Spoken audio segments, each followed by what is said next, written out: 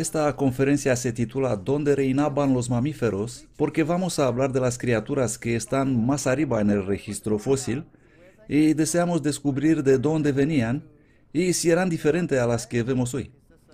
¿Es este un mundo extraño que existió en el pasado y que no refleja el actual? Aquí tenemos los periodos geológicos. Recordemos que después del Cretácico, que es el nivel de sedimentos marinos con todos estos depósitos de carbonato de calcio, tenemos estos niveles superiores aquí, conocidos como el Cenozoico, y en estos niveles también tenemos organismos marinos y otras extrañas criaturas que se encuentran en los niveles inferiores, muchos de ellos, pero también encontramos mamíferos y pájaros y algunos fósiles humanos. Y la pregunta es, ¿de dónde provienen? Esta es una exposición en el Museo de Historia Natural de Londres y se titula Cementerio de Mamíferos. Los restos fosilizados de un antílope, una gacela, un caballo y un carnívoro se conservaron juntos en esta losa. Los fósiles están rodeados por depósitos de planicie de inundación, sugiriendo que esos animales fueron arrastrados juntos por inundaciones torrenciales. No existe desgaste y hay poco daño en los fósiles, lo que muestra que han sido enterrados rápidamente. Esto es interesante, porque esta es la descripción que encuentras mirando estos fósiles. Así que reconocen que eso solo pudo ocurrir en una inundación, pero por supuesto colocan el evento en una llanura de inundación, aislado. Es la única alternativa para explicar eso, así que dicen, bueno, el río se desbordó y arrastró los animales. ¿Acaso esos ríos se extendían sobre enormes áreas o continentes enteros? Vaya, eran grandes ríos, se inundaron todo el mundo. ¿Y cómo puedes imaginar animales tan distintos como herbívoros, carnívoros, arrastrados juntos al mismo tiempo? Si observamos estos niveles superiores, encontramos fragmentos de huesos en piedra en el terciario, huesos de mamíferos, huesos rotos, y encontramos conglomerados como este, donde hay huesos fosilizados en piedra. Miren todo eso, es increíble. ¿Qué sucedió aquí? ¿Y qué hay de este cementerio de fósiles donde existen miles de mamíferos enterrados en fosas comunes? Esta no es evolución, este es catastrofismo. Estos animales fueron arrastrados juntos durante una catástrofe. Los mamíferos y los pájaros tienden a flotar debido a que se hinchan. Cuando se pudren, se hinchan y flotan. Así que si puedes pensar en una inundación catastrófica donde tienes criaturas flotando por ahí en el agua, algunas de ellas siendo enterradas más rápido, es decir, el animal completo rápidamente enterrado, y otras criaturas flotando probablemente por más tiempo, pudriéndose, desarticulándose y luego siendo enterradas, tienes estos enormes cementerios y te preguntas, ¿fue esto solamente una llanura inundada? ¿Cómo puedo explicar esto? Aquí tenemos otra exposición en un museo y en el tablero pone enterrados vivos. Esos erizos de mar, junto con unas estrellas del mar y lirios del mar, fueron enterrados muy rápidamente, conservando de este modo sus espinas. ¿Acaso hubo una inundación debajo del océano? ¿Tiene esto algún sentido? ¿Por qué hay criaturas marinas que viven en el océano también enterradas rápidamente? La única solución es que hubo una catástrofe con enormes cantidades de barro arrastradas por debajo del agua y ocurrió en la tierra también y en el océano. Esto no tiene nada que ver con una planicie inundada, porque no puedes explicar esto con una planicie inundada. Así que debió existir una catástrofe universal. Esta fue una inundación en Bangladesh, algunos años atrás, y podemos ver animales y seres humanos arrastrados y flotando juntos en estas aguas. Entonces, ¿de dónde vienen estos mamíferos y cómo evolucionaron? ¿Y qué nos dice la ciencia? La ciencia nos dice que los mamíferos surgieron de los reptiles y luego se esparcieron en la tierra. Al principio estaban juntos y luego los mamíferos ganaron supremacía. Pero esa es una estupidez absoluta porque hoy tenemos reptiles y mamíferos juntos. Y la única supremacía que tenemos está en nuestra mente porque sucede que nosotros somos capaces de pensar en esas cosas. Bueno, ¿de dónde vienen los mamíferos marinos? ¿Qué dice la ciencia sobre eso? Obviamente dicen que son mamíferos y los mamíferos salieron de los reptiles y se esparcieron en la tierra. ¿No es esto lo que dice la ciencia? Así que aparecieron en la tierra. Entonces, ¿cómo llegaron a tener el aspecto que tienen? ¿Cómo esos manatíes y focas y morsas, cómo llegaron a tener el aspecto que tienen? Bueno, la ciencia enseña literalmente esto. Las criaturas evolucionaron en la tierra, vivieron en la tierra, muy parecido a lo que hacen hoy en día, y luego volvieron a entrar otra vez en el océano. Y allí finalmente perdieron sus piernas, desarrollaron colas, cambiaron toda su anatomía y por eso tienen el aspecto que tienen hoy. Bueno, si eso es cierto, ¿no debería ser algo entre un mamífero terrestre y un mamífero euterio? Algo que se parece a una vaca y a una ballena al mismo tiempo. ¿No debería haber algo intermedio, sí o no? Pero no hay nada de eso. Dicen que tienen una pequeña astilla ósea aquí, en las caderas de las ballenas, pero esos son completamente funcionables hoy y si los eliminas, esa criatura tendrá graves problemas, porque existen músculos conectados a ello, relacionados con el área rectal y con la reproducción y otras funciones. Eso no tiene nada que ver con las patas. Por lo tanto, ¿qué pasó con esos animales? ¿Cómo aparecieron? ¿Aparecieron así de repente en el registro fósil? Eso no es posible. La ciencia no puede aceptar eso. Así que seguramente debe haber ocurrido algo.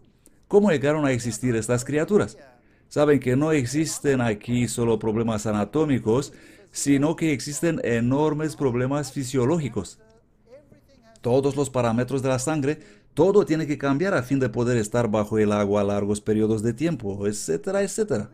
Así que este es un problema muy complejo. ¿Desarrollaron eso en la Tierra o no? Bueno, tenemos enormes mamíferos marinos, como ballenas, por ejemplo, llegan a ser muy grandes y sí, cuando viven bajo el agua, son muy grandes. ¿Y qué enseña la ciencia? Aquí tenemos un ejemplo típico, enlaces ancestrales, presentes hace 60 millones de años. Y tenemos un hipotético esqueleto mesoniquio y luego tenemos otra vez nada con que continuar exceptuando animales que son completamente formados, existentes, pero ellos los toman y dicen Ambulocetus natans, que probablemente caminó en la tierra. Y ponen una foto ahí, o Rhodocetus, y ponen otra foto que se parece más a una ballena existente hoy. Y luego tenemos las modernas ballenas dentadas. Pero el origen es, ¿qué dicen ahí? Hipotéticamente. Esto significa simplemente que no existe. Eso significa. ¿Y qué pasa con los animales que intentan ellos promover? Aquí ellos vienen con un Piquecetus, que dicen ser el antepasado de las ballenas y la marsopa. Este es uno de los candidatos modernos. ¿De dónde lo sacaron? Bueno, aquí tenemos un cráneo. Un mamífero terrestre construido ¿de qué? De una mandíbula y fragmentos de cráneo. Increíble. ¿Cómo puedes obtener piernas y cola y todo a partir de un fragmento de mandíbula? ¿No es eso increíble? La ciencia es bastante inventiva. Bueno, esta criatura probablemente nunca se pareció a eso y seguramente no tiene nada que ver con las ballenas, pero no tienen otra cosa, así que vamos a inventar este mamífero. O el Ambulocetus. Tenía miembros traseros y obviamente era capaz de caminar. Se necesitó creatividad imaginaria para su reconstrucción y el enlace con las ballenas. Y aquí tenemos otro bonito cráneo, Basilosaurus, una criatura serpentina no relacionada con las ballenas.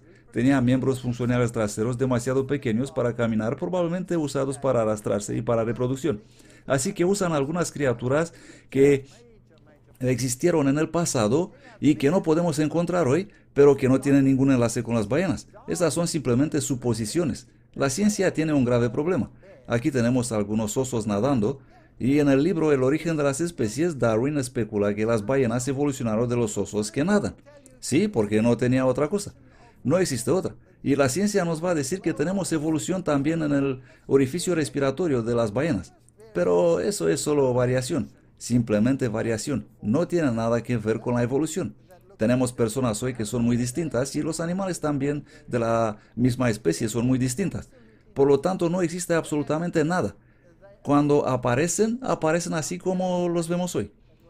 Aquí tenemos un estudio hecho por Raúl Esperande del Instituto de Investigación Geocientífica sobre los fósiles de ballenas que hemos encontrado.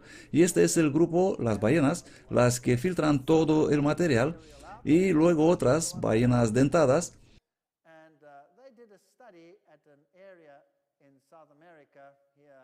e hicieron el estudio en una zona de América del Sur en la costa de Perú llamada la Formación Pisco o Mioceno-Plioceno, y que contiene todas estas ballenas. Esta es la zona completa del estudio que encontraron. Los puntos negros son ballenas incompletas y los puntos rojos son ballenas completas. Un enorme número de ballenas enterradas aquí. Existe una abundante distribución de ballenas en algunas zonas, cantidades enormes. ¿Y qué pasa hoy cuando muere una ballena? Normalmente será devorada y no quedará nada de ella. Pero alguna vez la ballena es llevada por la corriente y llega en el litoral. Aquí podemos ver qué pasa con una carcasa de ballena. Este es el punto final. Y aquí podemos ver esqueletos de ballena en la costa. ¿Y qué ocurrió? Si miramos los huesos, observamos que han sido desarticulados, dispersados y deteriorados. Vemos trozos de huesos por todas partes. Esto es lo que pasa hoy. Esto es lo que podemos ver. Aquí tenemos una carcasa de ballena en el fondo del mar, en la cuenca de Santa Catalina. Muy pronto los huesos se separan y muchos desaparecen. Y hay un montón de carroñeros que vienen y tiburones cogiendo algún trozo y muy pronto no quedará nada. Esto es lo que pasa hoy. Pero no lo mismo pasa con los fósiles. Aquí tenemos uno. Mírenlo. Es una ballena completa. Y aquí otra. Y tenemos 8 ballenas en un radio de 50 metros. Y eso es algo muy especial considerando el tamaño de una ballena. Enormes criaturas arrastradas aquí en estado completo. Muy extraño. Y luego si observamos alguna pieza individual, una ballena conservada, dientes de tiburón, pero sin marcas de dientes de tiburón en los huesos. Por lo tanto, otros animales fueron también enterrados, no solo ballenas. Un ejemplar completamente articulado, boca arriba. Las 2 aletas conservadas. Estas criaturas fueron enterradas instantáneamente. Instantáneamente. ¿Qué puede enterrar una ballena en el océano instantáneamente? ¿Puede pasar eso? Seguramente hoy en día no. Aquí tenemos otra. Boca arriba, completamente articulada. Le falta una aleta. Hoy en día no pasa nada parecido a esto. Los huesos son perfectamente preservados. No existe evidencia de actividad de invertebrados en los huesos o en los sedimentos adyacentes. Bueno, esto no pasa hoy cuando muere una ballena. Vendrán otras criaturas y comerán el cadáver sin quedar nada. Desaparecerá por completo. Esta ballena llegó a la costa con la cabeza casi separada. Imagínense una catástrofe y todas las cosas revueltas con mucha fuerza que arrastra y entierra las cosas. Eso puede explicar la cabeza rota. Aquí tenemos otra parcialmente desarticulada, la cabeza separada del cuerpo, una aleta parcialmente preservada, sin marcas de dientes de tiburón en los huesos. Esa fue una enorme catástrofe. Aquí tenemos una completamente desarticulada que probablemente flotó algún tiempo, empezó a desarticularse y luego fue enterrada. Tenemos una gama completa. Miren eso.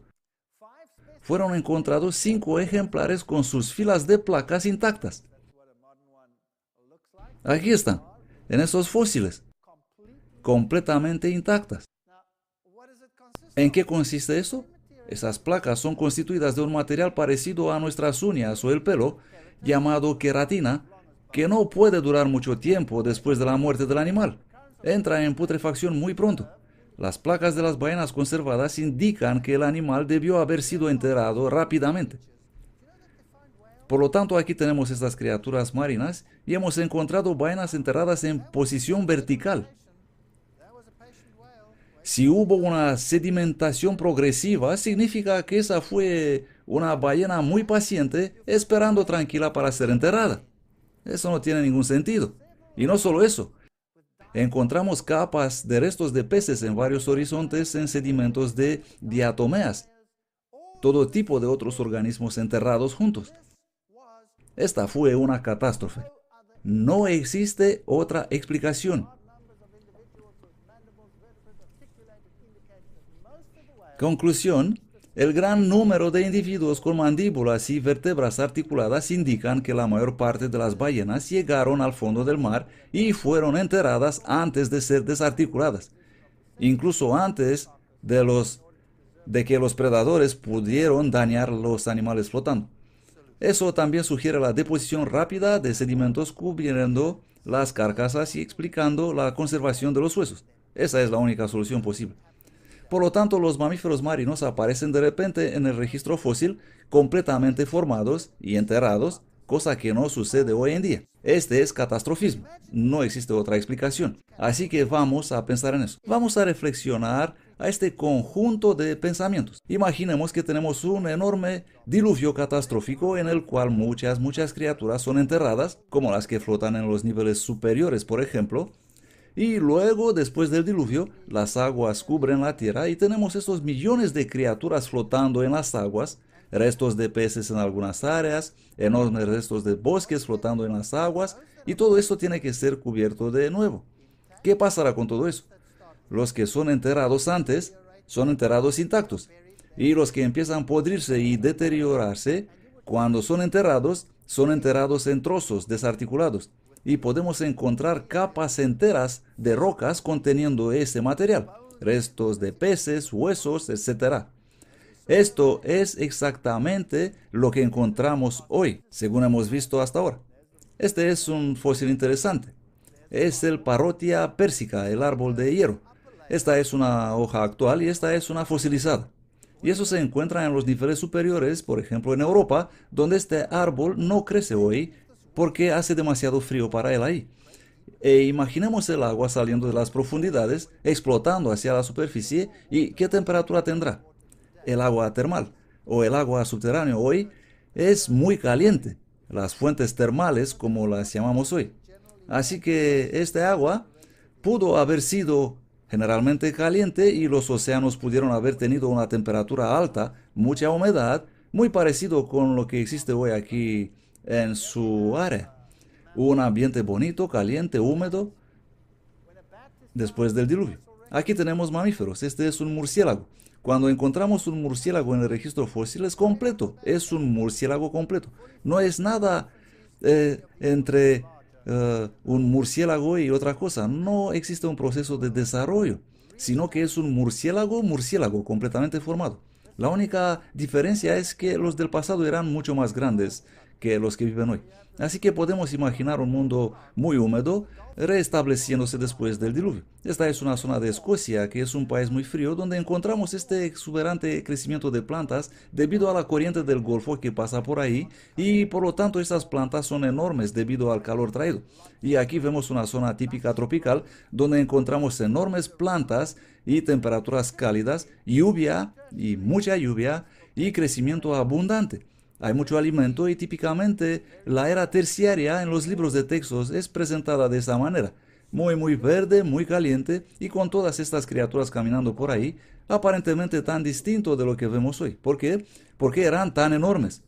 Los elefantes gigantes, mastodontes, completamente distintos a lo que vemos hoy, que vivieron hace unos 65 millones de años atrás y hoy en día ya no existen. O esta criatura aquí, el gigante perezoso caminando, o el bisonte gigante, o el gigante tigre dientes de sable, o el castor gigante, o el gigante este, o el gigante aquel. ¿Qué tenían todos en común? Todos eran gigantes, eso es, mucho más grandes que hoy en día. Esos son escarabajos de Amazonia. Así son en la temporada fría y arriba en la temporada caliente. Gran cambio en forma y tamaño. Ahora les voy a llevar al rancho La Brea.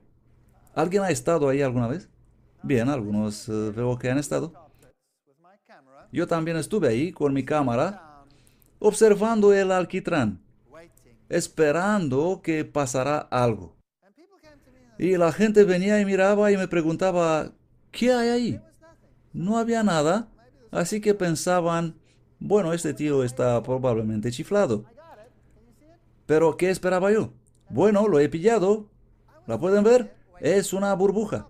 Estuve ahí esperando poder fotografiar una burbuja. Solo alguien loco haría eso.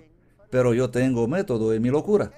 Lo que hice fotografiando una burbuja que aparecía a cierto tiempo, y en aquel tiempo no existían cámaras digitales y tenías que tomar la foto rápido y muy atento para no perderla como aquí abajo, pero la otra lo he pillado. ¡Blup! Y ahí está, y todavía salen burbujas hoy en día. Bueno, aquí está el alquitrán al fondo, y obviamente hay alguna grieta o rotura en la roca, y el alquitrán está siendo empujado hacia arriba y acaba en la parte superior. Por cierto, este es material orgánico podrido aquí abajo y está bajo presión. Por eso está siendo empujado hacia arriba. Lo mismo pasa cuando encuentras petróleo. Ustedes viven en una zona rica en petróleo aquí en Texas. Y cuando encuentras petróleo, un buen pozo, entonces explota hasta las alturas. ¿Por qué? Porque está bajo presión. 14.000 kilogramos fuerza por metro cuadrado. Algo asombroso. Aquí en la brea hay una rotura en la roca y prácticamente podía ver cómo suben las burbujas. Y aparecían. ¿Cuán viejos se nos dice que es este petróleo? Millones y millones y millones de años de edad. ¿Cuán viejo se me enseña que es este alquitrán? Billones y millones y millones de años de edad. Si tuvieras un vaso de bebida gaseosa y miras las burbujas saliendo, y si olvidas cerrar el tapón y vuelves después de una hora y quieres beber un vaso, tendrás... ¿Por qué? ¿Qué pasó? Ya no tiene sabor, eso decimos siempre. El gas se ha ido. ¿Dónde se ha ido? Ha desaparecido en la atmósfera. ¿No es increíble que la roca es porosa y este petróleo está enterrado bajo esta roca porosa por donde el gas escapa continuamente? ¿No es increíble que aquí tienes una grieta en la roca, eso significando que has olvidado cerrar bien el tapón de la botella, y las burbujas siguen saliendo todavía? ¿Cuántos millones de años creen ustedes que tendrá eso? ¿Cuánto tiempo puede burbujear eso? Vamos. Esto es imposible, no puede ser tan viejo. La única razón por la cual sigue burbujeando es que hay un enorme depósito que todavía contiene gases de descomposición.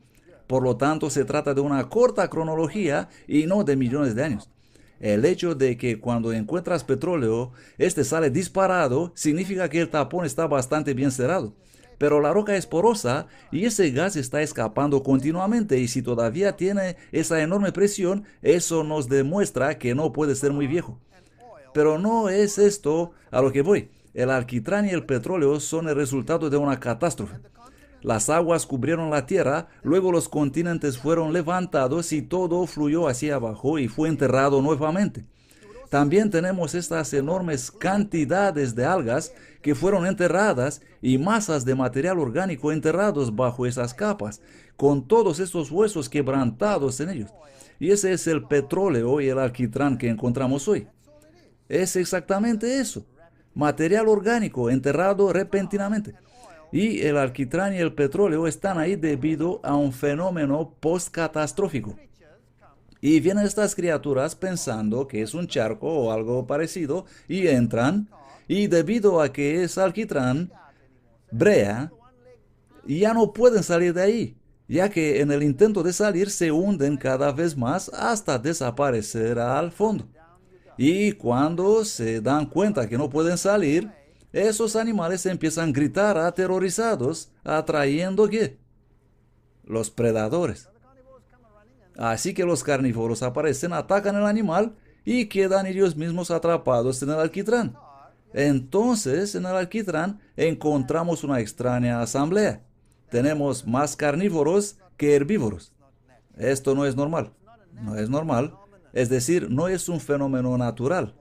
Lo que pasó aquí es que esos animales fueron atrapados sin poder salir del alquitrán. Y encontramos tigres dientes de sable, extrañas criaturas del pasado. Y en el alquitrán encontramos este mastodonte gigante y el gigante perezoso, como este aquí. En un viaje en América del Sur, unos científicos hicieron un viaje ahí y llegaron a una hacienda. Eso es una finca. Y había una piel expuesta en la entrada. El dueño lo había colocado ahí y se asombraron. ¿Qué puede ser eso? Nunca habían visto algo parecido. Así que fueron y preguntaron, ¿qué es eso? Y el hombre dijo, venid y os mostraré. Los llevó a una cueva y ahí estaban los cuerpos de estas criaturas con las pieles aún intactas. Saben que en Australia existen ciertas zonas de cuevas donde el nivel del oxígeno es ligeramente diferente que afuera y ahí puedes encontrar canguros gigantes echados ahí, que supuestamente tienen millones de años de edad, pero con sus pieles todavía intactas. ¿Puede creer eso? Bueno, es una realidad, pero por supuesto tendrás que modificar los millones de años. Y hay algunos que creen que esas criaturas todavía viven hoy en las junglas e incluso se aventuraron en buscarlas. Pero seguro serán más pequeñas de lo que solían ser en el pasado. Bisontes gigantes, mucho más grandes que los bisontes de hoy. Pero a fin de cuentas, es solamente un bisonte y nada más. Por lo tanto, en la brea, cavas en el alquitrán en porciones cerradas, sacando el alquitrán afuera y encuentras estas criaturas ahí. Y encuentras un tigre dientes de sable. ¿Solo encuentras dientes de sable? No. También encuentras tigres normales y más pequeños. De hecho, encuentras toda una gama. Y este es el extremo de la gama. Es como tomar los perros, tomar un San Bernard y decir, este vivió en el pasado, pero hoy nos hemos quedado con el Chihuahua. ¿Comprenden lo que quiero decir? Es exactamente el mismo fenómeno científico. Así que en realidad lo que hacen es tomar el Chihuahua y toda la gama intermedia hasta el gran danés y luego decir, esto hemos encontrado. ¿Y qué muestran en los libros de texto? El extremo de la gama. ¿Por qué? Porque eso es sensacional, es diferente, es algo que no tenemos hoy. Hoy tenemos tigres con dientes como estos. Pero en el pasado existía una gran variedad. ¿Por qué? Bueno, imaginemos los animales tomando el control sobre un nuevo mundo. Y hay enormes terrenos. Todo un nuevo mundo para ocupar. Mucho espacio. Muy poca competición. Cuando hay poca competición, hay gran variedad. Y luego cuando empieza a surgir la presión y los animales empiezan a competir más y más unos con otros por el espacio, por el alimento, entonces pasan cosas. Saben que si tomamos un animal del continente, una oveja, una cabra, un caballo o cualquiera que desean, y llevamos ese animal en una isla y lo dejamos ahí, adivinen qué pasará. En solamente pocas generaciones, el tamaño de esos animales va disminuyendo. De hecho, el tamaño disminuye un tercio del tamaño original. ¿Por qué? ¿Se recuerdan que les he enseñado los caballos de Islandia? La diferencia entre ellos y los caballos del continente de donde vinieron es que ellos disminuyeron en tamaño, por lo menos un tercio, en un corto periodo de tiempo. ¿Por qué? Porque están compitiendo por los recursos de la isla. Y cuando estás compitiendo por los recursos en una isla, finalmente te quedas sin espacio. Eso es lo que pasó. Y una adaptación a esta situación es no crecer mucho. ¿Por qué? Primeramente porque hay menos comida. Y debido a la competición con los demás, así que se quedan más pequeños. Y un animal más pequeño come menos que un animal más grande. Tiene un metabolismo más alto, pero come menos que un animal más grande. Así que si reduces el tamaño, naturalmente puedes tener más animales en el mismo lugar. Por lo tanto, muy rápido el ambiente cambia el tamaño. ¿Tiene ese algo que ver con la evolución? No. Los japoneses, antes de la guerra, ¿cómo eran? ¿Cómo representan los dibujos animados a los japoneses antes de la guerra? Solían representar a los americanos de pie, altos, así como Melenko, nuestro amigo, un tipo grande, y luego los japoneses subidos en algunas cajas para poder llegar al mismo nivel, ¿no es así? ¿Por qué eran bajitos? ¿Por qué? Porque su dieta era totalmente diferente de cómo lo es actualmente. Hoy su dieta es mucho más variada, tienen mucha más variedad de fuentes de proteínas en su dieta. ¿Y cómo están hoy los japoneses? Totalmente distintos. Algunos son... ¿Habéis visto jugadores de baloncesto japoneses? Algunos son bastante grandes, ¿no? Y algunos se preguntan, wow, ¿qué les pasó a esos?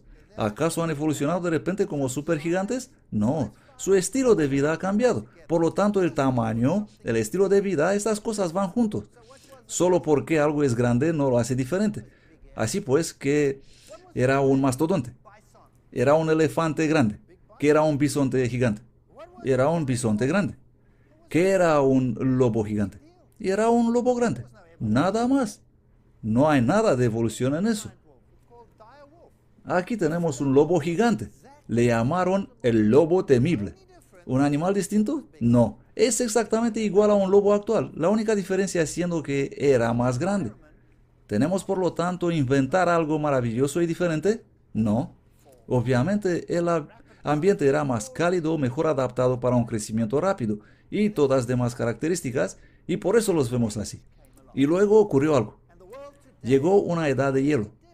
Y el mundo hoy es totalmente distinto de lo que era entonces. ¿De dónde vino todo ese hielo? ¿Y cuánto tiempo duró? ¿Qué enseña la ciencia sobre este tema? Bueno, enseña que hubo no una, sino varias edades de hielo, tres como menos, y conjeturaron esto observando los rasguños en las rocas. ¿Se acuerdan ustedes el video que hemos visto ayer con esos enormes bloques de piedra rodando en la inundación? ¿Qué hemos visto en las rocas de la base? Enormes rasguños. Así que el agua puede producir este fenómeno. Así que la única evidencia de hielo es lo que vemos ahora en el polo norte y sur. Solo eso. La pregunta es de dónde vino todo ese hielo. Y ellos os dirán que hay evidencia de que el hielo cubrió la Tierra muchos años, como menos 100.000 años. ¿De dónde sacaron estas evidencias? Bueno, ellos perforaron a través de los núcleos del hielo. Y vienen con eso, ese es un núcleo de hielo, y perforaron en Groenlandia y dicen, miren este hielo, hay distintos colores. Aquí un color, y otro anillo, y otro anillo, y otro, y otro, y otro, y otro anillo, y los cuentas y haces una deducción. Dices, cada anillo representa un año. Y si cuento 100.000 años, entonces este hielo estuvo presente por cientos de miles de estaciones. Lógico. ¿Correcto o no? Perfectamente lógico. Y nosotros se supone que debemos creer que eso es lo que ocurrió. Y así sabemos cómo el hielo fue compactado en la actualidad. Durante la guerra, algunos aviones solían volar sobre esta zona, hace unos 60 años, antiguos aviones. Y algunos se estrellaron en Groenlandia. Y ahí se quedaron, en ese gran desierto de hielo, y nadie se molestaba en encontrarlos. Pero recién algunos fueron redescubiertos y excavados de debajo de enormes cantidades de hielo. Cavaron hasta ellos, y si observamos el hielo a medida que bajemos al abismo, encontramos cientos y cientos de niveles anulares. Por lo tanto, ¿fueron esos aviones enterrados durante miles de años? ¿Es así? Así que estos anillos no son anillos anuales en absoluto. Y no podemos decir que esa época de hielo duró 100.000 años debido a la capa de hielo. Esos son capas de evento. Los puede formar una tormenta y puedes tener múltiples tormentas en una estación. No se necesitan millones de años.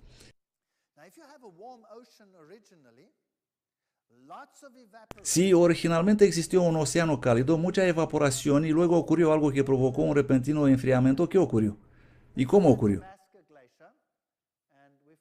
Este es el glaciar Athabasca que se encuentra en Canadá, un enorme glaciar. Por supuesto, no es una buena idea caminar sobre un glaciar y sin embargo yo estuve caminando sobre él. El peligro consta en esos ríos glaciares. Aquí está fluyendo y de repente desaparece. Y si resbalas y acabas en ese río, desapareces. Nadie te va a encontrar jamás. Terminarás en algún lugar debajo del glaciar. Y aquí existen unos marcadores que muestran dónde estuvo el glaciar a lo largo del tiempo. Y se observa un remarcable retroceso del glaciar. Simplemente retrocede. Y los investigadores descubrieron que si calculan el retroceso, entonces toda esa idea de la edad de hielo de cientos y miles de años se reduce a unos 600 años. 600 años por una completa glaciación y desglaciación. Los glaciares forman tubos o cuencas en forma de U. Esta es una cuenca glaciar en el norte de Canadá. Obviamente el hielo estuvo ahí y luego desapareció. Hay un río glaciar y un lago glaciar. Algo debió haber ocurrido para provocar una glaciación. Probablemente hubo algún impacto meteórico. Es una posibilidad. Y eso causó algunas roturas y otros eventos extraños en el planeta. ¿Existen evidencias de eso? La respuesta es sí. Si miramos la superficie actual del planeta, vemos gigantes cráteres de impacto, como aquí en Arizona. Encontramos gigantescos cráteres en Siberia. Tenemos enormes cráteres en otros lugares e impactos meteóricos en África, y parece que la Tierra ha sido bombardeada. Pero no encontramos esos impactos meteóricos en ninguna otra parte de la columna geológica. Así que antes no existían impactos porque solo existen en la superficie actual. Y si observamos esos cráteres y los resultados, parece que de verdad provocaron alguna catástrofe en la Tierra y puede que eso había causado grandes erupciones volcánicas que ocurrieron en el pasado. Una sola pequeña montaña, el monte Santa Elena, arrojó tanto polvo en la atmósfera que la temperatura media del planeta bajó 1 grado Celsius, porque cubrió el sol. El vulcán Krakatoa fue 4 veces más fuerte y 4 veces más grande que el Santa Elena, y Krakatoa bajó la temperatura del planeta con 4 grados Celsius. Un solo volcán. ¿Qué creen ustedes que harán 80.000 volcanes explotando al mismo tiempo? ¿Se pueden imaginar eso? ¿Pueden imaginarlo? Si vamos en el estado de Washington, podemos ver esas enormes capas de lava en la superficie, enormes áreas y esos enormes diques volcánicos. Todo en la superficie. Ahí están. Diques volcánicos, mucha actividad volcánica. Aquí vemos la explosión de un solo volcán, el monte Santa Elena. 500 bombas de la Hiroshima explotando a la vez. Pero fue un pequeñito volcán, uno de juguete comparado con otros. Aquí vemos el gran cinturón de fuego del Pacífico, donde tenemos mucha actividad volcánica. Luego tenemos la dorsal mesoatlántica, que va hasta Islandia, enormes cantidades de polvo arrojados en la atmósfera. ¿Qué haría eso en términos de temperatura? Pues cubrirán enteramente el sol para un tiempo y provocarían una tremenda bajada de temperatura. Y si fuera un océano caliente, habrá mucha evaporación y una repentina helada y hielo. Y los glaciares se formarán y extenderán a través del continente, pero a lo largo de la costa que habrá un bonito y cálido clima temperado, así como les he mostrado en Escocia esa exuberante vegetación y en otros países helados por donde pasa la caliente y suave corriente del Golfo. Y si tendríamos elefantes viviendo en Rusia, por ejemplo, ¿dónde podrían vivir las poblaciones? Podrían sobrevivir al norte, cerca del océano, que es caliente, y sobrevivirán en el sur también, siendo cálido. Así que resultarían 2 poblaciones de elefantes separados por enormes glaciares que cubrirían la Tierra. Y de hecho tenemos evidencia de esos animales viviendo en este ambiente frío. Aquí es la Reserva Natural de Burning Mountain, el Monte Ardiente en Australia. Un lugar muy interesante. Ardieron ahí por algunos miles de años. El monte ardiente se debe a la combustión lenta de gruesos filones de carbón. Un fenómeno muy interesante. Una estimación razonable de la duración del fuego sería de aproximadamente 5.000 años. Muy interesante.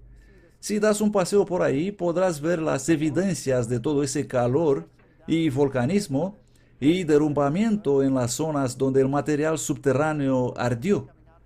Y este otro material traído por la erosión, el azufre apareciendo en la superficie, el nombre se debe a la especulación de los viajeros y exploradores que fueron ahí.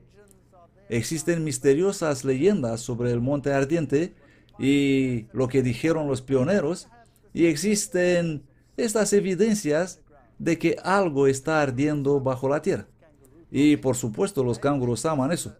Aquí vemos estiércol de canguro. Ellos aman este lugar debido al calor que ofrece por la noche. Existen también grandes grietas en el suelo. El hedor es a veces insoportable, por eso te tienes que tapar la nariz.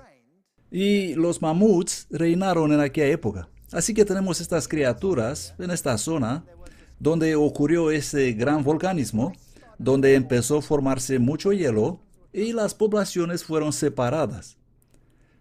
Esta es solo una teoría. Y así empezaron a desarrollar ese largo pelo. Y aquí tenemos otra interesante historia. La historia de Dry Falls, las cataratas secas. Esos acantilados son los restos mortales de lo que una vez fueron las mayores cataratas del mundo. Ellos guardan el testimonio del tremendo poder de la inundación que arrasó el este de Washington al final de la última era glaciar. Las cataratas se iniciaron a 12 kilómetros al sur, pero procedieron contra la corriente mediante la fuerte acción erosiva. El retraso de las cataratas dio lugar al cañón que se ve abajo, etcétera, etcétera. La ciencia hoy admite que esa fue una catástrofe. Pero hace unos años atrás no admitían eso. Decían que había tomado millones de años para formarse estas cosas. Así que de repente la ciencia moderna empieza a darse cuenta que las cosas en la edad de hielo pudieron ocurrir rápidamente, sin necesidad de millones de años. Por lo tanto, estas cataratas aquí no se formaron en millones de años. ¿Y qué hay sobre estas criaturas? Ahí están hoy para ser encontradas atrapadas en el hielo. Mamuts atrapados en el hielo. ¿Qué pasó? En la época glaciar, cuando existe hielo, cuando el océano es cálido y hay alimento en el norte y en el sur, en Inglaterra hemos encontrado renos,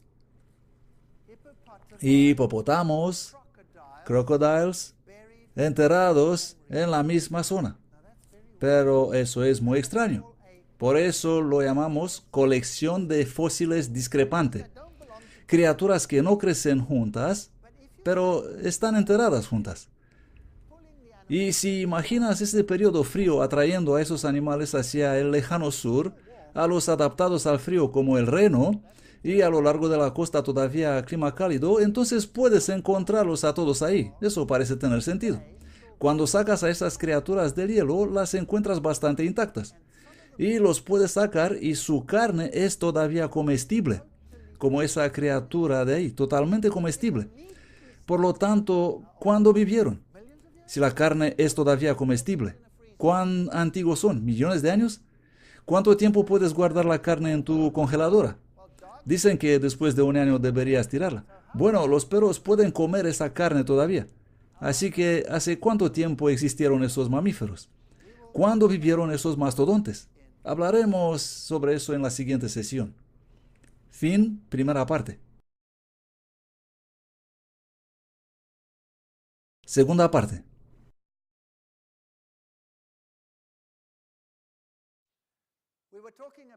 Vamos a hablar sobre estos mamíferos, estos gigantes mastodontes que vivieron supuestamente hace millones de años.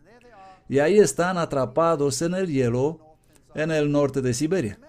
Imaginen este escenario. Cuando el hielo se derrite, absorbe una enorme cantidad de energía para derretirse. Eso es simplemente física. Es mucho más fácil calentar el agua que cambiarla de un estado a otro. Absorbe una enorme cantidad de energía.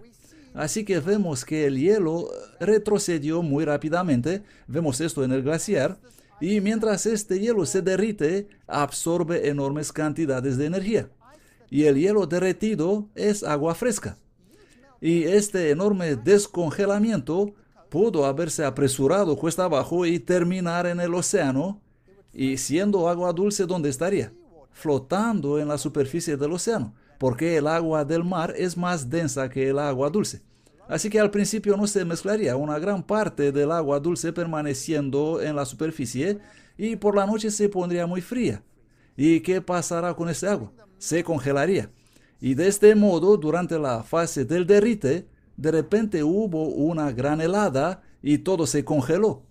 Y los océanos, que eran la fuente de vida allá en el norte y de la mucha vegetación a lo largo de la costa, se congeló repentinamente y el mundo se convirtió en un mundo de hielo en el norte porque allí es donde más frío hace.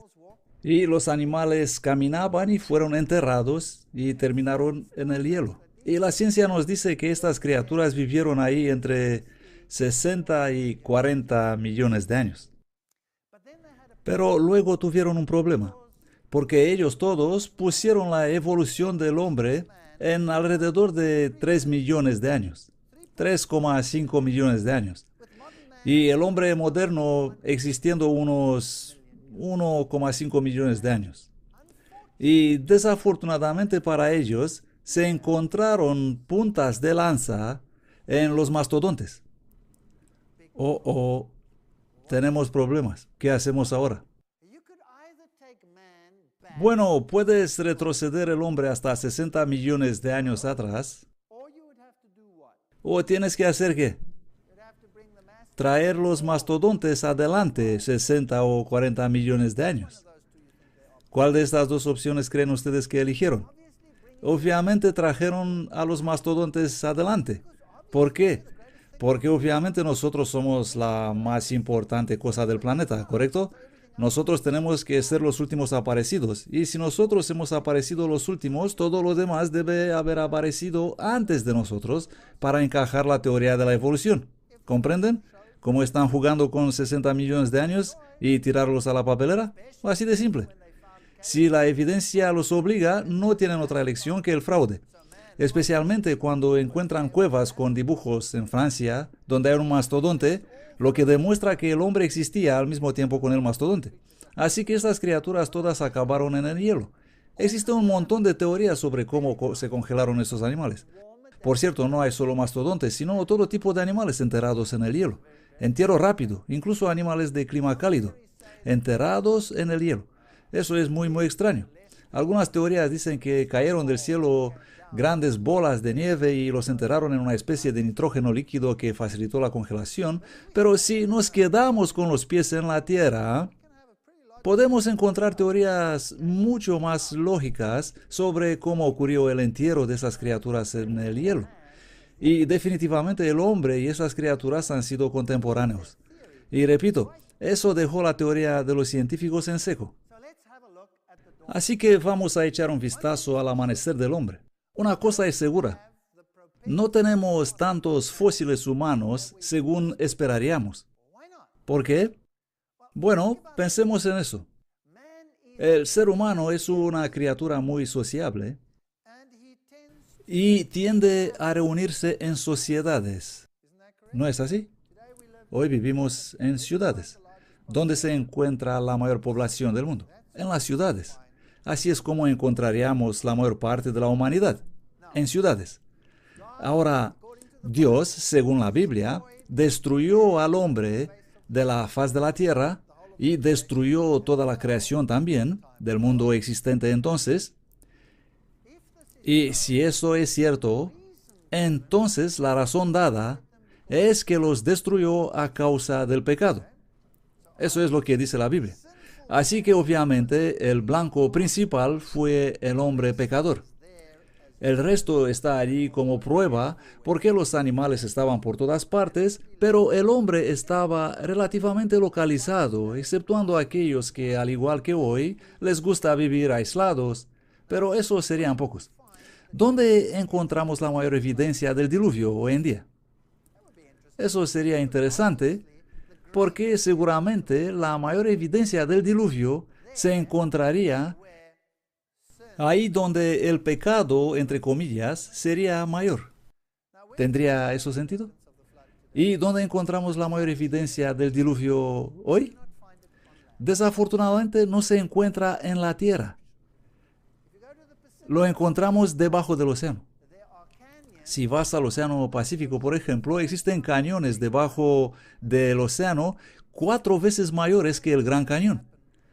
Pero los cañones no se formaron debajo del agua. Ellos se forman por el correr del agua en una zona inundada. Entonces, ¿qué nos dice eso? Que esa zona, ese cañón que está debajo del océano, en el pasado estuvo ¿dónde? En la parte superior. Estuvo en la superficie. Lo que ahora está en el fondo del océano una vez fue la superficie de la Tierra.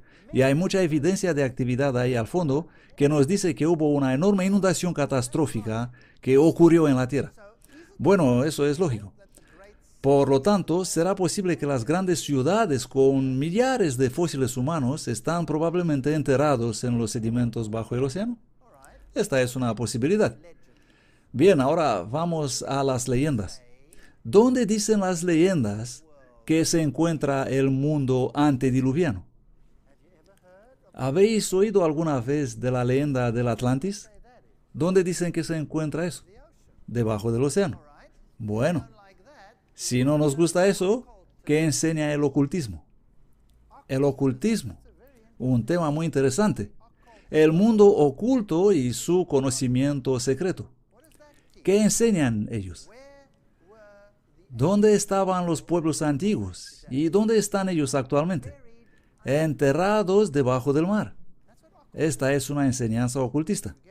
Esto es lo que enseña el ocultismo. Si lees los grandes libros de la masonería, por ejemplo, o los grandes artículos que ellos publican, encontrarás que se trata del fondo del océano. Esas son cosas interesantes. Por lo tanto, lo que tenemos actualmente es una dispersión por ahí y por allá, faltando la gran parte de los fósiles humanos.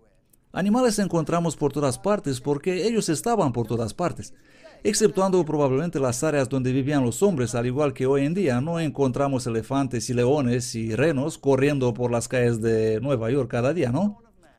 ¿Por qué habría sido diferente entonces?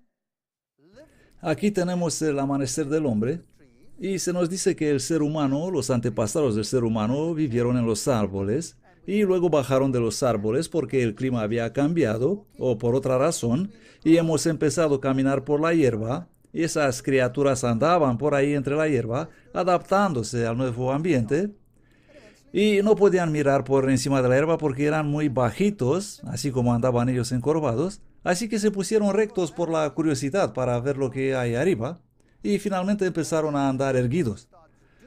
Bueno, primeramente eso ni siquiera es científico, es totalmente una basura y eso es lo que llamamos lamarquismo. Esto significa que un animal empieza a hacer lo que hace porque quiere alcanzar un cierto estado. Hablaremos sobre el lamarquismo y darwinismo en otra conferencia.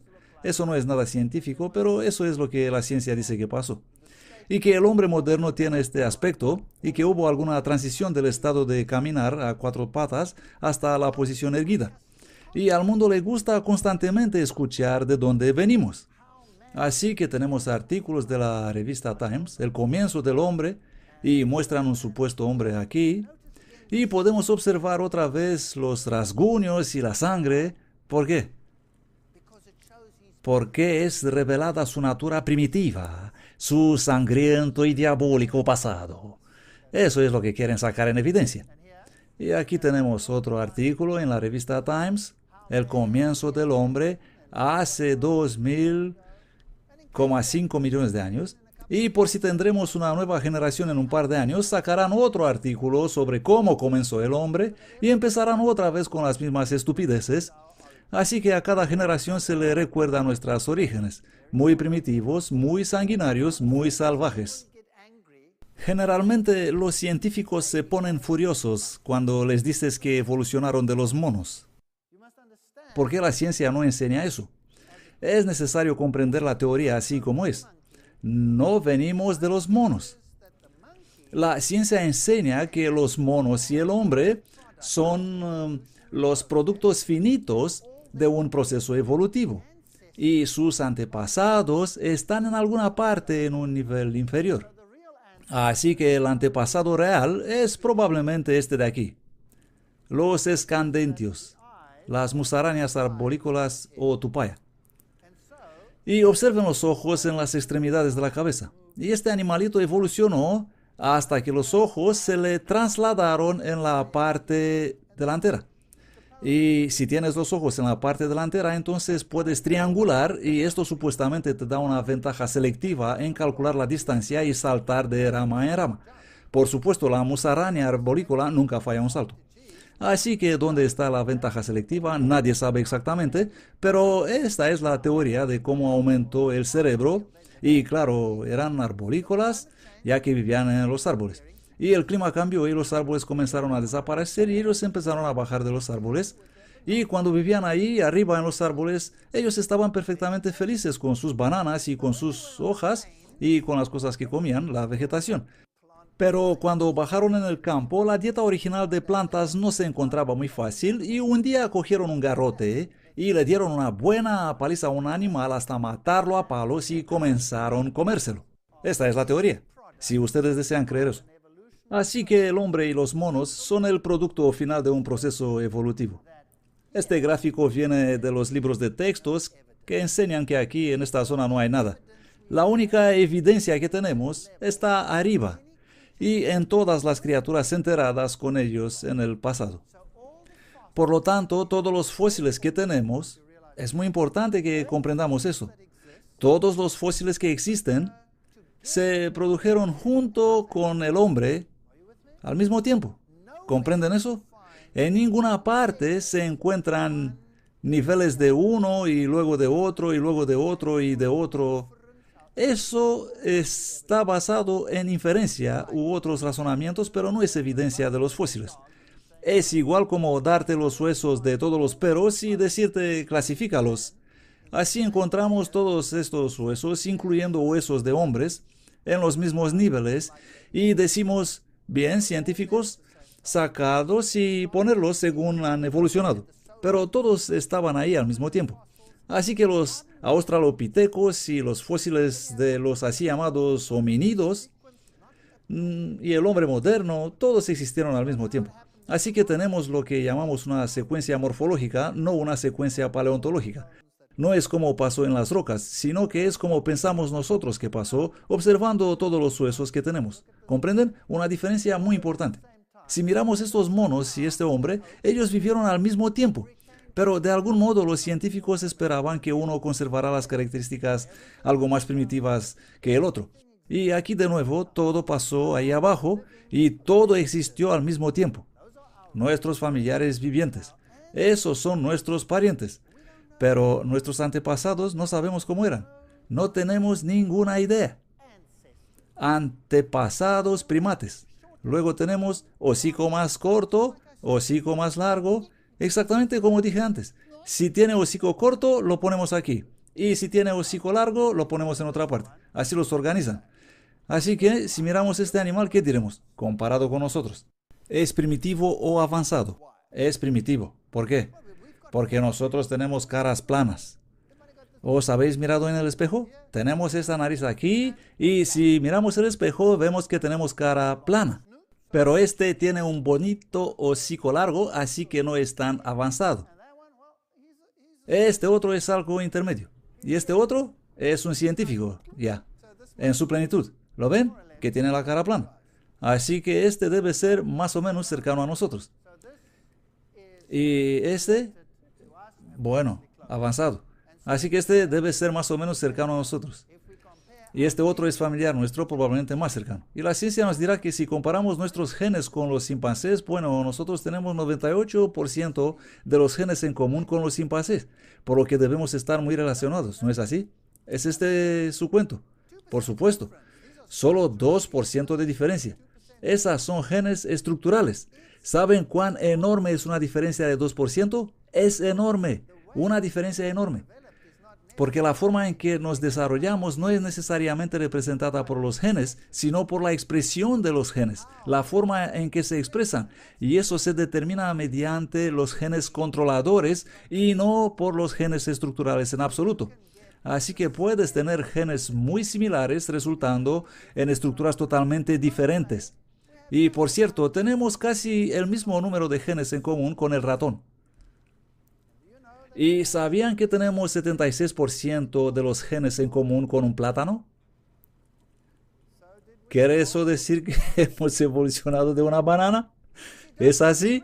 ¿Comprenden? No se dejen impresionados por cifras como 98%, porque no significa absolutamente nada, sino que en realidad el miserable engaño científico es totalmente deshonesto, por decirlo directamente, como mínimo. Pero cuando se trata de estas cosas y vas al museo, verás los monos colocados como nuestros antepasados, sentados ahí alrededor de una fogata y con sus garrotes, claro, apaleando esos animales para obtener algo de comida. ¿Es así? Eso es lo que los museos nos muestran. Pero recuerden que todos estos existieron al mismo tiempo con el hombre moderno. Eso es puramente morfológico. Encontraban los huesos y dicen, bien, este hueso representaba probablemente un ser más primitivo, exactamente como lo hacen con los animales modernos, diciendo que son más avanzados que los de antes. Los clasifican simplemente según su aspecto. Y en el caso del hombre de Nebraska, lo tienen con el palo cazando en la fogata, ya saben, todo el espectáculo, basados en un único diente que encontraron y que se demostró finalmente ser un diente de cerdo. Así que todo es en realidad imaginación científica en puro estado. Existieron muchos engaños en el pasado tratando de llenar el vacío, como el hombre de Piltdown, por ejemplo, demostrado en 1953 siendo una falsificación compuesta de una mandíbula de un orangután y partes de cráneo humano moderno. Han existido varias falsificaciones tratando de convencernos de su teoría. Hemos tenido muchas falsificaciones donde los científicos tratan de explicar o mostrar evidencias de lo que ellos quieren encontrar. Una teoría moderna explica que el hombre evolucionó partiendo de África. Es la teoría predominante actualmente.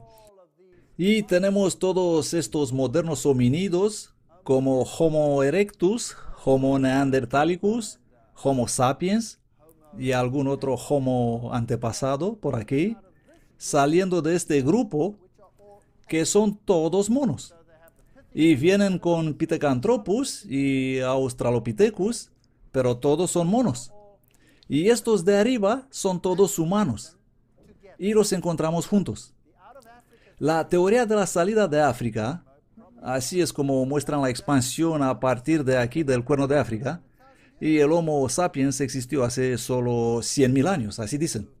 Y si miramos el panorama completo, tenemos estos dos grupos de fósiles aquí, uno en el Cuerno de África y el otro en África del Sur. Esos son los sitios principales de la evolución humana. Y existe otra teoría llamada la hipótesis multiregional que muestra al hombre aproximadamente por todas partes al mismo tiempo. Y dicen, las poblaciones regionales de Homo erectus pudieron haber evolucionado en Homo sapiens mientras se mezclaron unos con otros. Aquí están todos viviendo al mismo tiempo, así que no hay ninguna evidencia por la teoría del origen de África. Esta es la más común y la más antigua. ¿No es interesante que todas las líneas se reúnen ahí? Eso es más o menos donde el arca hubiese parado si hubo tal cosa, pero vamos a mirar esta teoría. Aquí tenemos los fósiles en el sur de África, y dicen que hace 200.000 años, después de 3,5 millones de años de evolución, etcétera, etcétera, y llegamos al hombre de Neandertal y al hombre de Java, todos estos aquí, y vamos a ver lo que nos cuentan los científicos. Bueno, Leakey fue el primero que empezó ese camino de descubrimientos, entre comillas, y los organizó algo así como el Australopithecus. Ahora el Australopithecus era un mono completo. Pero él dijo, bueno, este mono tiene algunas características que nos pueden conducir hacia el hombre. Pero recordemos que el hombre estaba ya presente. No tenemos que olvidar eso. El hombre existía ya. Y siguiendo la línea de Leakey, llegamos al hombre de Neandertal, de Cro-Magnon, y él nos cuenta que esos andaban rectos. Los Australopithecus, ya que encontramos huellas de pie en la roca. ¿Saben que esas huellas de pie fueron estudiadas en todo el detalle y que son idénticas con las huellas del pie humano hechas en el barro por hombres que caminan descalzos?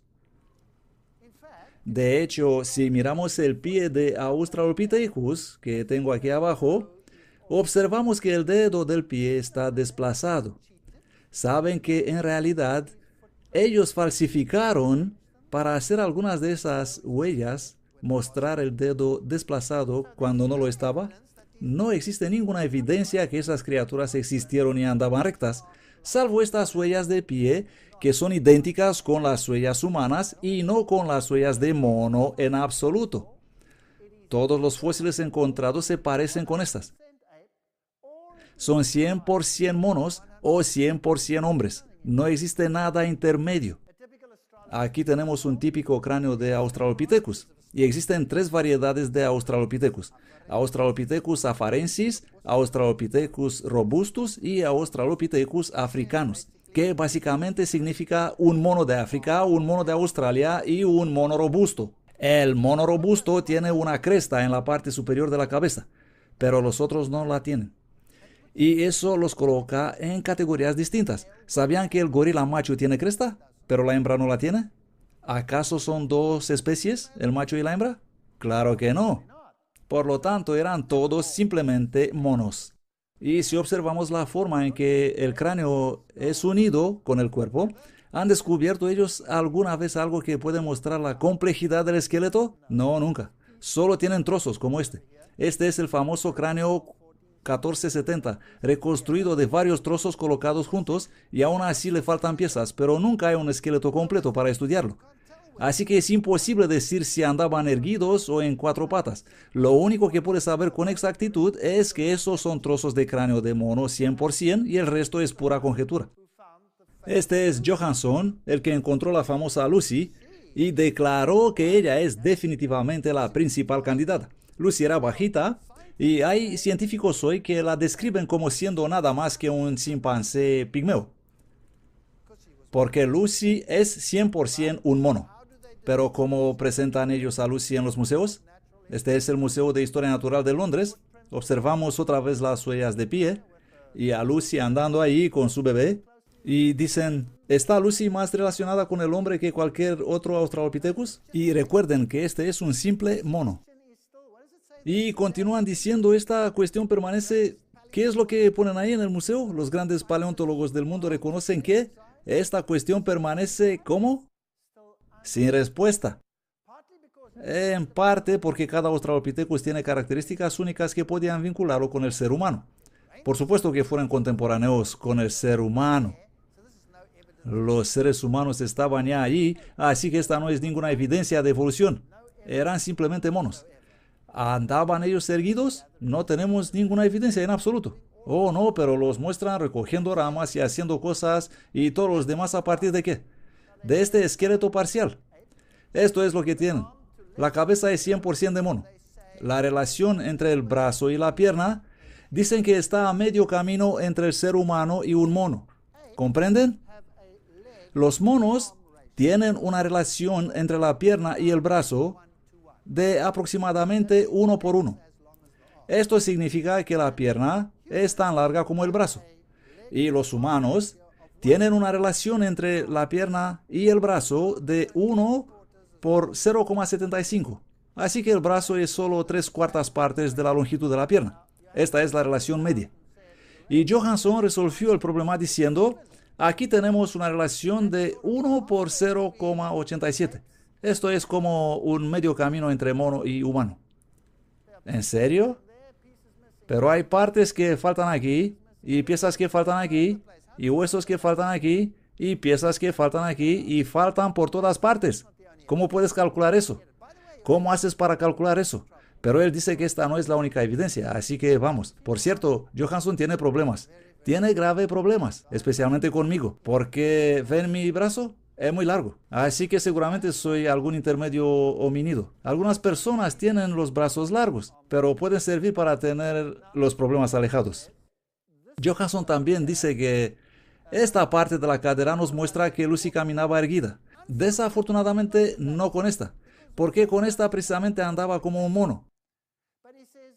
Pero él dice que probablemente es una cadera torcida. Y si la doblamos un poco, ella puede caminar erguida. No con esta, pero si la doblamos un poco será posible. Y él dice que debe ser una cadera torcida. Pero claro, no tenemos la otra cadera para comparación. ¿Comprenden? Así que todo lo que tenemos es una cadera que sirve para caminar como un mono. Ahora, ¿por qué dice que debe ser torcida? Pues debido a la rodilla. La rodilla es más parecida con una rodilla humana. Esta es la única pieza del fósil que es parecida a la humana. Pero explican ellos en los libros de textos que la rodilla no fue encontrada en el mismo sitio que Lucy, que fue encontrada en un depósito totalmente distinto, que no pertenece a este fósil. No, no lo dicen. Esto no lo ponen en los libros de la escuela. Ellos simplemente la añadieron para quedar bien. Recordemos que los hombres y los simios fueron contemporáneos. Entonces, ¿qué hay de raro en encontrar una rodilla humana? Porque en esta zona encontramos huesos de hombres y de australopithecus juntos. En la garganta de Olduvai encontramos evidencias de actividad humana, así como de esas criaturas. Por lo tanto, ¿qué pasó aquí? Vamos a ir a Sterkfontein para ver si encontramos alguna solución. Sterkfontein es un conjunto de cuevas en Sudáfrica, cerca de población de Krugersdorp, y aquí podemos encontrar algunos interesantes fósiles. Este es Robert Broom, uno de los primeros biólogos de la universidad donde hice mis estudios universitarios, en la Universidad de Stellenbosch. Un hombre muy famoso. Ahí está con Jan Smuts, un gran interesado en el origen de la humanidad. Él encontró los famosos fósiles faltantes, así llamados. Aquí tenemos estas cuevas y bajamos dentro y vemos hermosas estalactitas y estalagmitas. Y aquí tenemos esos trozos de huesos fosilizados.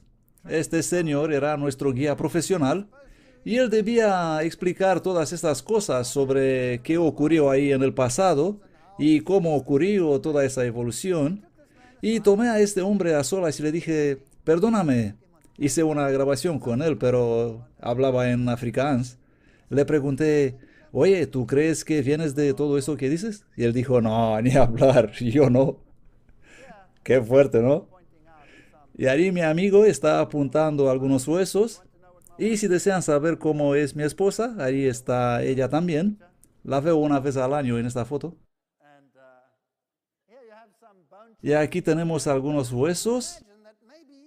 Alguien se puede imaginar, ya saben, que esos huesos enterrados en estas capas ahí abajo nos muestran grandes periodos de tiempo pasado. Pero no es así en absoluto. Y tenemos este enorme deslizamiento aquí.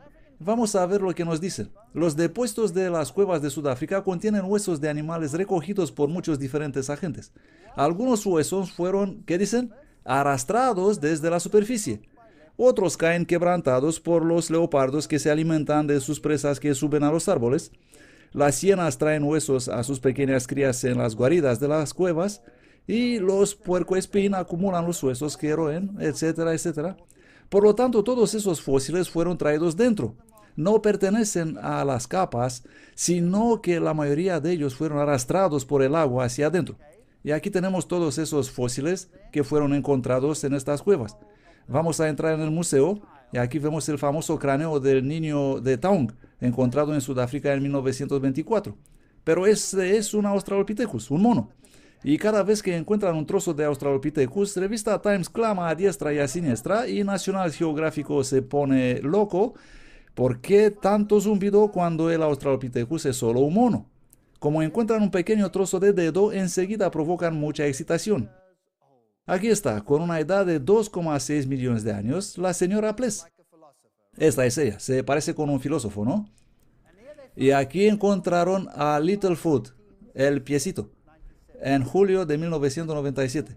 ¿Y qué era el Littlefoot? Era un pie de mono sin dedos. No era humano en absoluto. No hay nada que te puede entusiasmar. Era simplemente el hueso de un mono. Aquí tenemos una foto del fémur encontrado por el Dr. Ron Clark, pero era solo un mono. Miren cómo reconstruyen los fósiles. Aquí cuando todo lo que encontraron son estos trozos de color oscuro. Eso es todo. El resto es simplemente imaginación puesta en escenario. Y aquí tenemos al Paranthropus, el hombre mono con la cara plana y la frente baja. Así lo hicieron a partir de esos fragmentos de huesos.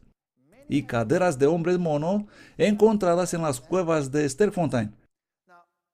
Y pondrán estas caderas en la mesa y os van a mostrar cómo evolucionaron estas caderas de unas caderas estrechas a unas caderas anchas. Los van a organizar en secuencias y dirán, mira, aquí tenemos las evidencias para la evolución. Basura. Las mujeres embarazadas de hoy, ¿se les miden las caderas? ¿Se les hacen radiografías con el tamaño de las caderas, sí o no? Claro que sí. Algunas mujeres tienen caderas estrechas y algunas caderas anchas. Algunas tienen caderas tan estrechas que no pueden dar a luz de modo natural y deben soportar la sección cesárea. Hoy en día existen gran variedad de tamaño de caderas.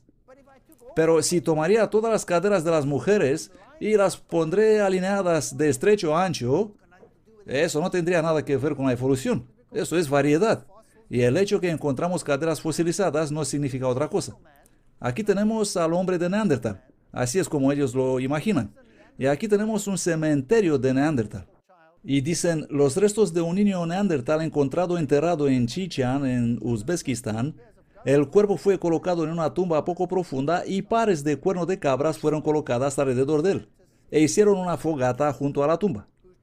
Estuve hablando con científicos de los países del este que me dijeron categóricamente que ellos creen que el linaje de Neandertal está presente todavía hoy, en muchas razas humanas actuales.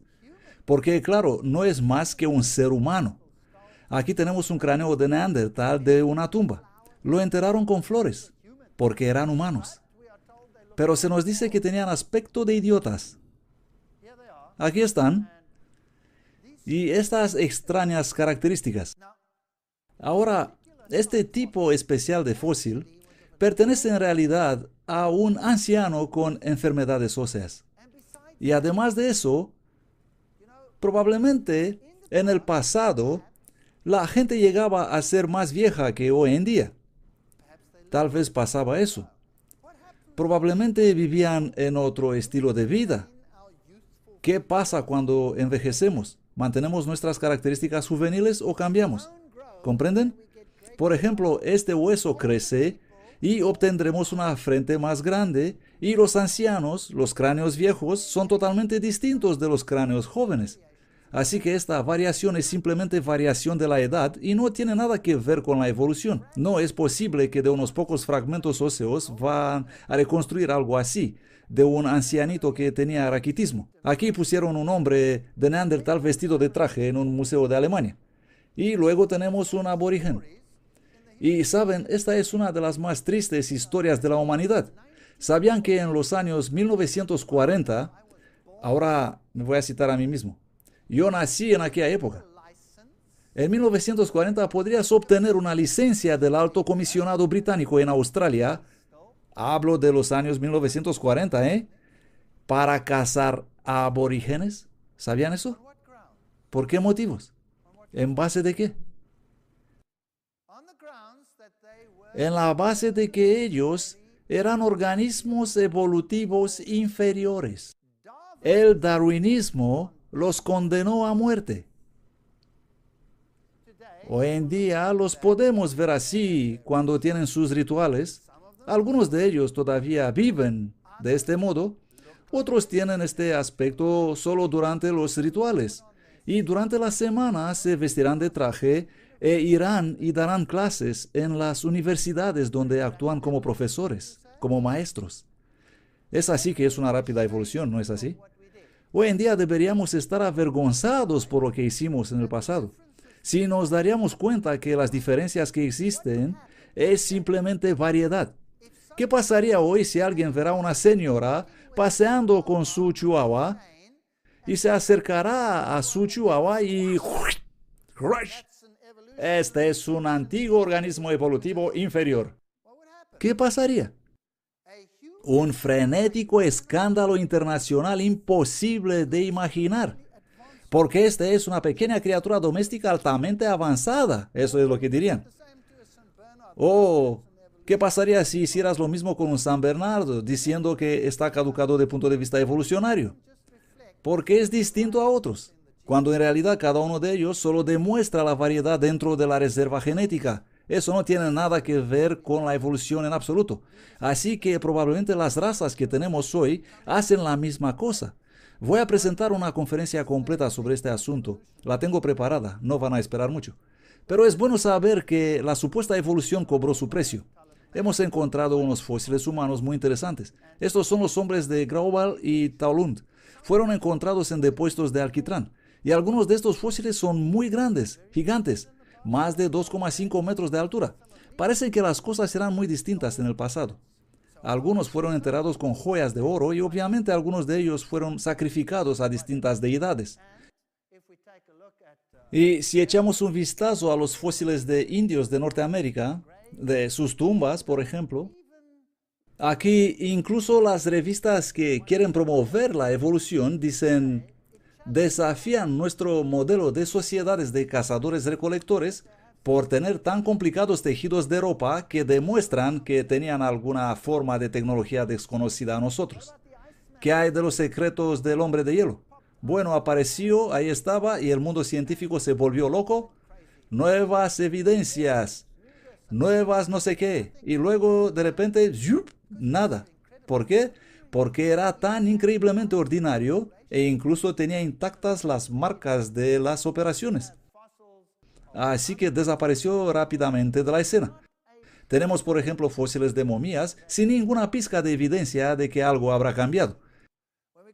Y llegamos a la expansión de la humanidad, a las distintas razas, y vamos a hablar sobre eso en una siguiente presentación. Un artículo dice, la evolución llega a la vida, en la revista Scientific American, que nos cuenta cómo ocurrió eso.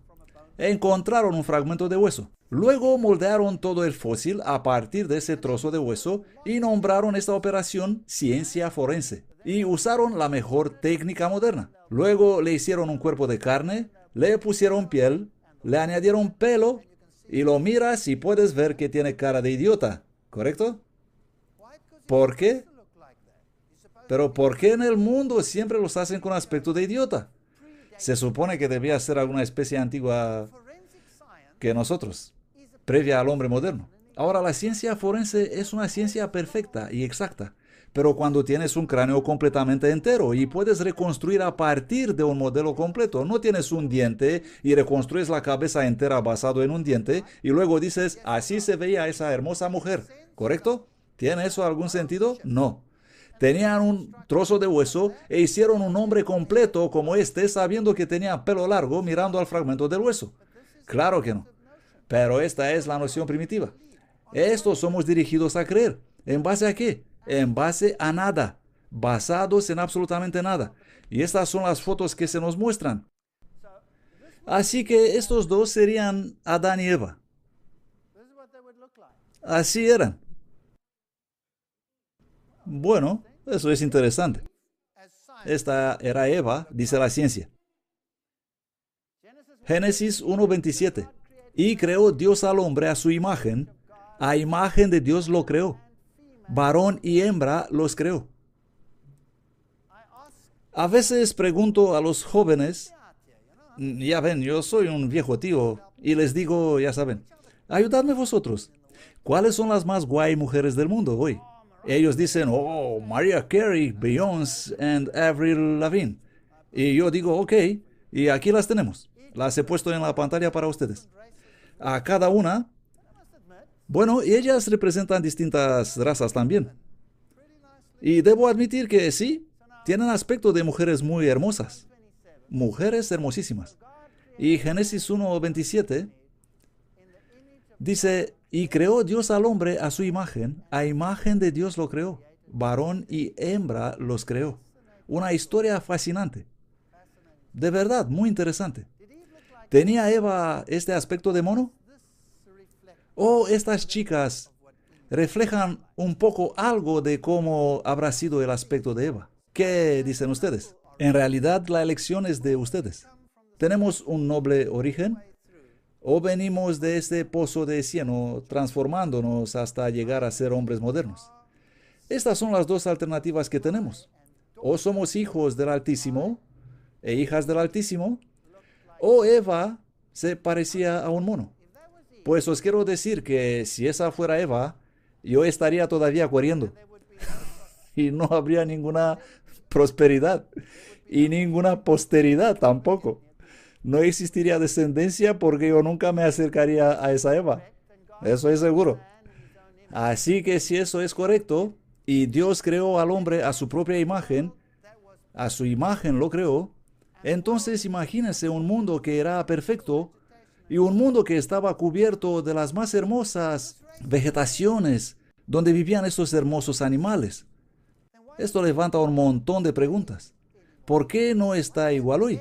¿Por qué existe la muerte y carnívoros y todas esas criaturas? Esas son algunas difíciles preguntas de responder.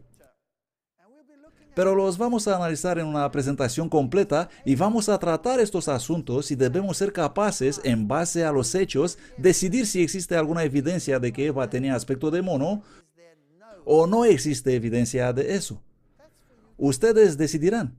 Gracias por venir esta tarde. No pierdan las siguientes presentaciones. Van a ser muy interesantes.